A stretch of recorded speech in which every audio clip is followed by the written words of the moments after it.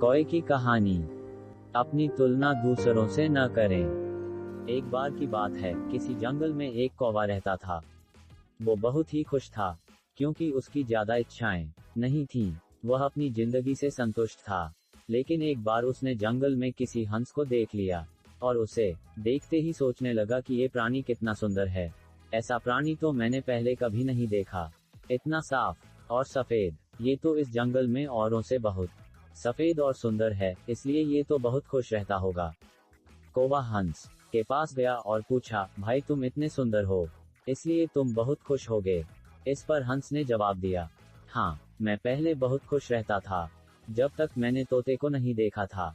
उसे देखने के बाद से लगता है कि तोता धरती का सबसे सुंदर प्राणी है।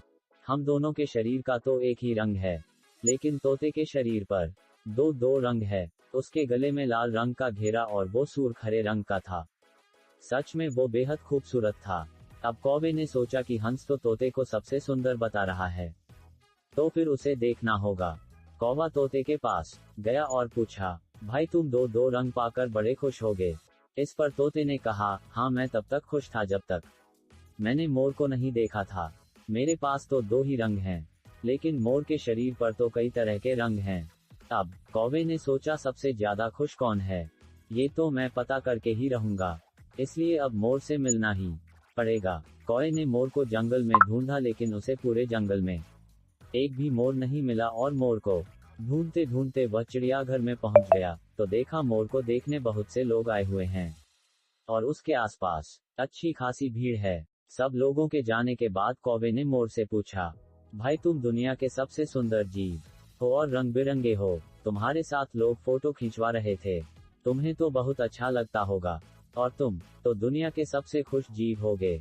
इस पर मोर ने दुखी होते हुए कहा, भाई अगर सुंदर हूं तो भी क्या फर्क पड़ता है, मुझे लोग इस चिड़ियाघर में कैद करके रखते हैं, लेकिन तुम्हें तो कोई चिड़ियाघर में कैद करके नहीं रखता, और तुम जहां चाहो अपनी मर्जी से घूम फिर सकते हो। इसलिए दुनिया के सबसे संतुष्ट और खुश जीव तो तुम्हें होना चाहिए, क्योंकि तुम आजाद रहते हो। कौवा हैरान रह गया, क्योंकि उसके जीवन की अहमियत कोई दूसरा बता गया। दोस्तों, ऐसा ही हम लोग भी करते हैं।